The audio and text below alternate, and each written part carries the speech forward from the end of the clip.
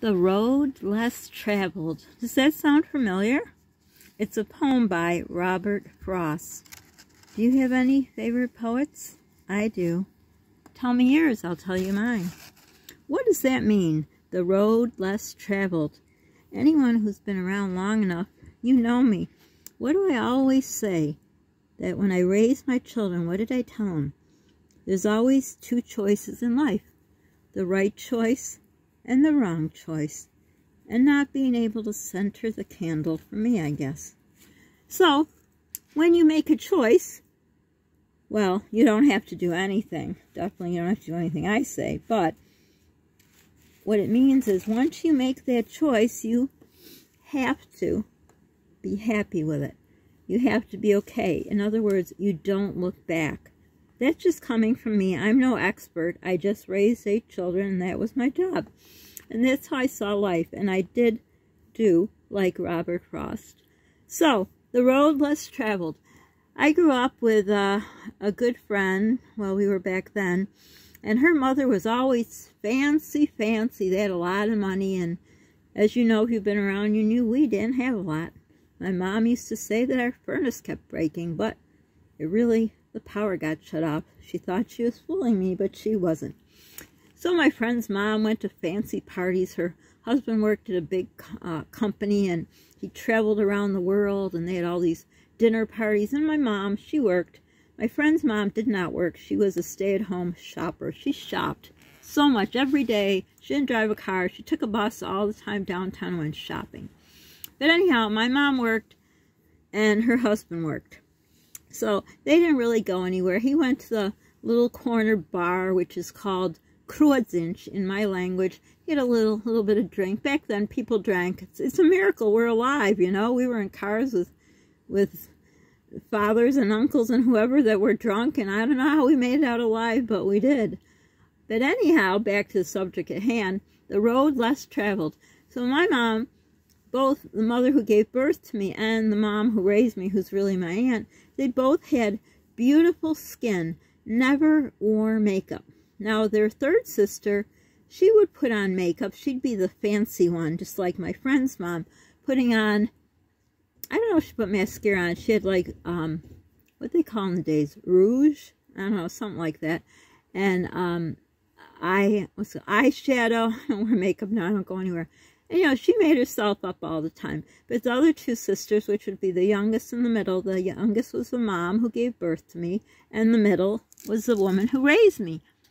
So anyhow, my mom was always plain, so to say, but her beauty, both from inside and out, she looked beautiful. She was older than my friend's mom. She was more of the older moms. And I always saw the beauty in her, and people did too. I happened to be listening to some YouTube thing where someone was talking about when you get older that, you know, you feel you have to be beautiful, and will you be beautiful, and when you go through menopause, will you get that stomach, and how will you look good enough to have a man or get a man? Why the hell, sorry about that word for whoever is offended by it, why the hell do you need a man? Yes, it would be nice. I would love to have a man to spend my life with. Back in the era when chivalry was still alive, that they'd hold your hand, your purse, open the door for you, pull out the chair for you, but that doesn't exist. But anyhow, yes, I'd like to have a partner in my life.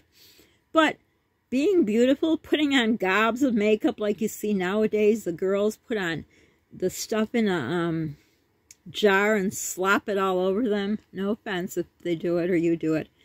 I never did it. I did it when I went, and I was a model. We had to do it. We learned. We went to first charm school and modeling school, whatever. But I never wore that goop. I just wore a little makeup. But anyhow, back to the subject at hand. I always wondered, when we grow up, will I be poor and not be able to afford makeup? Will she be rich and be able to go and get Botox and, you know, whatever the things nowadays they do? Well, what happened now is, yes, she is very wealthy. In case she identifies herself as what I'm talking about, I won't tell you how she got her wealth because it wasn't in a very good way. Me, I hit upon bad luck, but I made those choices. Like my mom used to say to me, the one who raised me, "Don't you want to live life?" I said, "But this is my life." She meant, don't I want to work a full-time job? Because to her, that was her life. To me, I had jobs here and there in my first marriage, you know. I would get my paycheck and put it on top of the microwave. We didn't need the money. I just got out because my mom pretty much talked me into, "Why don't you go out?" So usually Christmas time, I got a little job, usually in a toy store. Oh, that was awful. The people were so angry. The whole meaning Christmas was lost. But anyhow, back to what I was talking about. So I always wondered, and I wondered who we'd be. So as I told you, she made, I guess, the better choices for her, how she can live with her choices. I couldn't.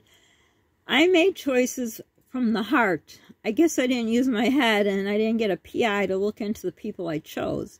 But anyhow, what all this mishmash and this and that I'm talking about is leading to, I want to do a little series on, if you're interested. So you got to answer below. Let me know, not just one person, or I'm not going to put my heart and soul to it. Because if you know me well enough, you know I put my all into what I do. I was going to do a series on getting old and what you thought of it, and I'll talk about what I thought of it. You know how when we were all young, we thought, oh God, 30 is so old. Oh, if only to be 30 again. So I was going to do a series. Actually, I think I already have a video ready to drop. I don't know what day I'm going to be doing that, but it's about being lucky to age, which took me a while to realize that, because I used to say, oh, it's another birthday, another year older. Until I've told the story, I went out with my friend and her guy friend, and he said, "Would you rather have the alternative?" And I'm like, what are you talking about? He says, alternative.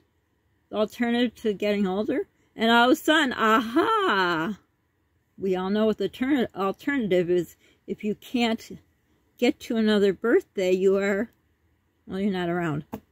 I don't like to use that word, that you're not. But anyhow, so it kind of turned my thinking around.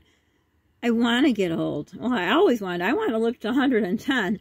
But anyhow, it's about the way you live and how you think. And, you know, we're not 30 anymore.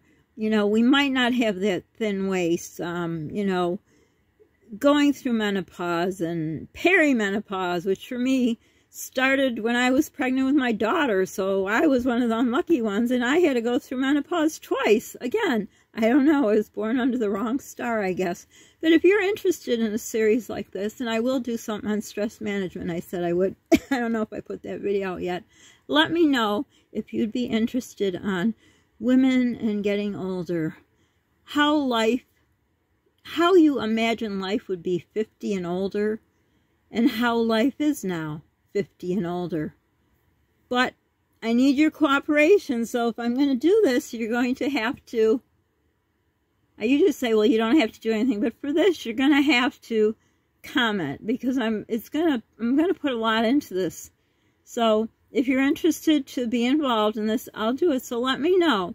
So it's going to be about thoughts about how you thought about aging, how it is aging, how it's different, how you feel, how you're getting through, you know, on and on and on. You know me, I could go on and on. So this will just be an intro. I may put this up as an extra video or just put it up as a video. I don't know.